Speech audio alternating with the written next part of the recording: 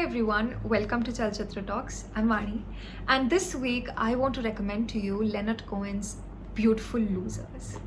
For those of you who do not know who Leonard Cohen is, he was a Canadian singer and songwriter, and one of his most famous works, which I think a lot of you must have heard, is Hallelujah. Now, Beautiful Losers was his second and last novel.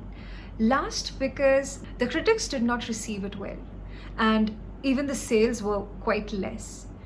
However, when Leonard Cohen became famous because of his songwriting career, this book did receive critical appreciation, so much so that it is credited for introducing postmodernism in the Canadian literature. Leonard Cohen has a way with words. If you've heard his songs, you'll understand what I'm talking about. He does not trivialize the idea of romance. You can listen to his songs and not be creeped by the idea of love. You have to understand that we appreciate Leonard Cohen for his lyrics today, which is true, and this book was written way before his songwriting career. But despite that, you will notice his love for words in the book. For example, I will read out an extract from Beautiful Losers for you, where he talks about the masks people wear. And he writes, "It was a dance of masks, and every mask was perfect because every mask was a real face, and every face was a real mask. So there was no mask and there was no face, but there was but one dance in which there was one mask, but one true face, which was the same and which was a thing without a name, which changed and changed into itself over and over." So you can choose to read this book in two ways. One, you can read it on the surface and you will have a beautiful imagery presented to you.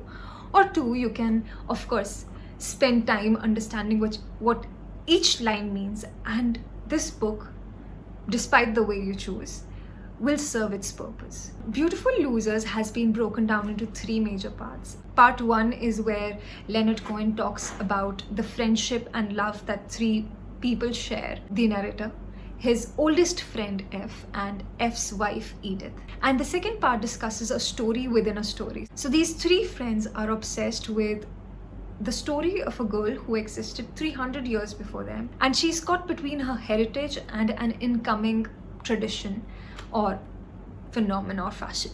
So both these stories run parallel to each other, and all the characters have this same struggle with change. They resort to self-destruction.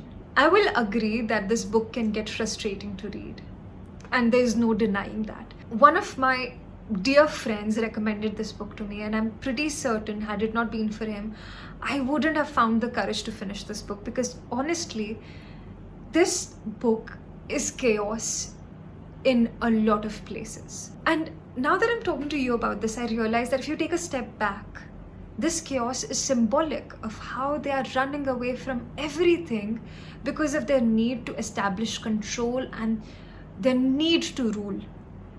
And they're so engrossed within themselves that they forget to look around themselves.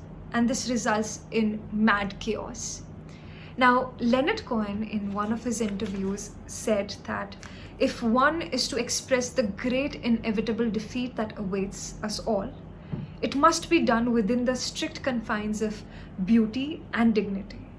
And Beautiful Losers captures this spirit of his words. It is a beautiful ode to being caught in different and strange worlds. Now, I will agree that I have not read a whole lot of books, but this was one of the strangest books I've ever read. And if you're someone who is bothered or troubled by the idea of uninhibited sexuality, I recommend you take some precautions before you read this book. There was a Mexican poet who once said, and it's a very famous quote, that art should disturb the comfortable and comfort the disturbed. And I believe that sometimes what happens with us is that we come across this piece of work, literature, music, cinema, etc., that disturbs us, and we discredit the writer and his writing, etc., of all the hard work and of all the beauty and appreciation that it deserves. And this book is one of those. It will disturb you so much so that you feel that it's not worth reading this book. But eventually, when you're done reading the book at the end, you will walk away with something that will transform you forever. And this was my recommendation for this week. I hope you like it, and I will be back again with another recommendation next week.